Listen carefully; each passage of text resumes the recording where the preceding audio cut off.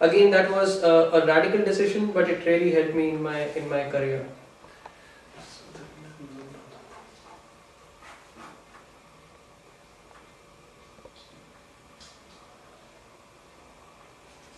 Okay.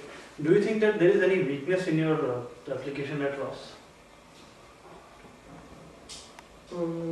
Within the application, I do not think so. I think I have what I wanted to present. I have been able to present pretty nicely. Application as a whole, as in your candidature, I would say.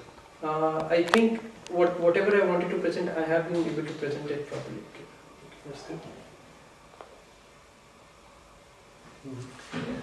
What preparation have you done to finance your MBA? For financing my MBA, I would actually be depending upon the loan. So finance is one constraint on my side, which actually my family also will have to bear with for at least those 2 years that I'm doing my MBA, because I'm the only earning member in my family right now. My father is also retired, so we already have understood how will we actually utilize our savings, mine and my dad's savings, for those 2 years in which I will actually be attending the business school. Okay. Finally, Mohit, any questions for us? I have had so much of discussions with so many Ross alumni that I think I feel as if I have a very vivid picture of being there at Michigan itself. Rather, I can actually feel the enthusiasm that the alumni always feel when they talk about the Go Blue football stadium of Michigan. So and how they talk about the beer and barbecue that spills over everywhere. So I really feel that I can actually visualize being at Michigan. Okay, fine. Thank you. It was nice talking to you, Mohit. It was a wonderful interview, wonderful experience. We look forward to speaking to you or telling you soon thereafter. Thanks, Anup. I would be looking forward to your communication. So you saw today that how grueling an interview can be. People are prepared and still stumble when actually they are exposed to an interviewing situation. So people with great communication skill, people with a very high level of preparedness still feel something wanting in the actual heat of the moment, actual nervousness of the interview. So that is how we help you to prepare with actually simulating an interview situation as it would be for an actual B school interview. So wait for the feedback session from us. We'll be back shortly.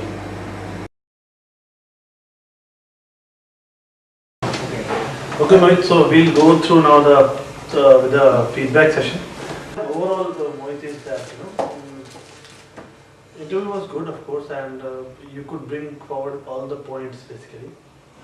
One small feedback is that your answers could have been more precise, little more elaborate they were actually, and then it tended me to lose the interest sometimes. So I lost the train at times. I'll tell you where exactly. So overall, this one big blanket feedback I have, that it has to be a little more precise. Yeah, definitely. Otherwise, not many people will listen to that intensity, to that extent. Okay. I was even probably, I would say, even bound to listen, but there will be no such obligation on the person who is actually taking the interview. So just keep that in mind. So make your answers interesting. Choose the best points. So if you're wherever you're giving 4, 5, 6 examples, make it only to 2, maximum 3, and put most interesting features first. And try to, whenever you are giving the examples, rather than saying that PSA project or event in which 800 people participated, you can say that it happened in with such and such client, or maybe you can name geography, or you can name in case of event you can name the year, so timeline, so something which is common to both the parties, right? Okay. So that the other person also can relate. Oh, in 2009, okay, so when you might have been in that company or whatever, so that he will not know PSA, he will not know 800 people event. So this is one blanket thing. Moreover, starting for the individual answer now. Taking through your resume, it was good that you talked about your background. That was good. But little bit, if you can tell about the parents also, it should be okay. Because that sets the precedent or the perspective that where you're coming from. So you said that background in Delhi, and then NDA joined, then DC. So fine, the chronology as well as the relevance was quite good, I would say. But only thing which I found missing was a little bit, very little bit information about your parents or something which is, which is significant about your siblings. Usually we don't, recommend to mention siblings about all their achievements or something, but until they are very significant, something very important or significant should have been mentioned. Then this is the first time when I started feeling that your answers are elaborate. Then you went to her, that's fine, when you went quickly to Infosys as well as to the Mindtree, and you the good points were that you were highlighting the important things over there. So for example, had you worked with CTO in the Infosys, you saw entire life cycle, 2.5 years, the time period also was mentioned, that was good. And client interfacing role, the highlight of the Mindtree was that. Fine. So it was overall, I would say, is a good answer. Then coming on to my, I think, second question was, why do you want to do an MBA, or tell me more about your company and your role? Which one was the second? Why do you want to do an MBA? Okay. So, experience in technology and IT industry and project management side, realized functions. Realize that you want to have more knowledge about functions, finance, fine, and don't use etc. You said finance, marketing, etc. So just limit yourself to 2 or 3 major ones which you really want to know, or which will enable you to pursue your long-term goal. Okay. But do not use etc. or also, or me too kind of things. That dilutes the effect a bit. Okay. Long-term goal, then you stated, running a unit, fine. And then I asked you about your company and the role. So Mindtree, IT services company, term was very well elaborated. Everything was told very properly.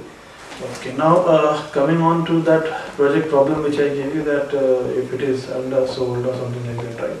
So then you said that you designed a project charter. I think that is a standard thing which everybody does. Probably, but now you're enabling the project manager to do something, to take those kind of decisions. That is where the differentiation is probably, rather than the project, because project charter is the standard deliverable once you start the project, right? Mm-hmm. So when you say that you started that project charter and all, so maybe fine. You might have done that, but just put thing in right perspective, that this. In that we change it in a way that it enables project manager to take decision and then restate the profitability and then run the project accordingly. So that would have stated that way. So just not giving any twisted information, I would say. Okay. Now we said that why you want to do your MBA now. So why is this? You said that we. Okay, you are saying that this is a wise decision, and also judgmental language you can avoid. Okay. Let that come naturally as a probably reflecting on the interviewer. Okay. So he might interpret it, but rather than you force him to just say that this is my wise decision. Okay. So okay, and one small feedback about N year use, it can be used as I year. Okay. And cannot be used with the year as precedent. Only cost and value. That was the point. Here you started stucking a bit. You were using a lot, so you can avoid. Consciously, if you remember, you will avoid. It's easy. It's not a problem with your communication skills at all, which I see. But if you just think of it, you will be able to avoid it. Now, the next question I think was 3 unique things, right? Okay, so in that we said the attitude, energy and talkativeness. I think these 2 were prepared and 1 was kind of on the page. So it's fine, I think it's okay. I was about to write that give examples for all which you gave. I would say 2 examples per or 1 example even, highlighting example per quality or per trait which is asked should be good. Okay.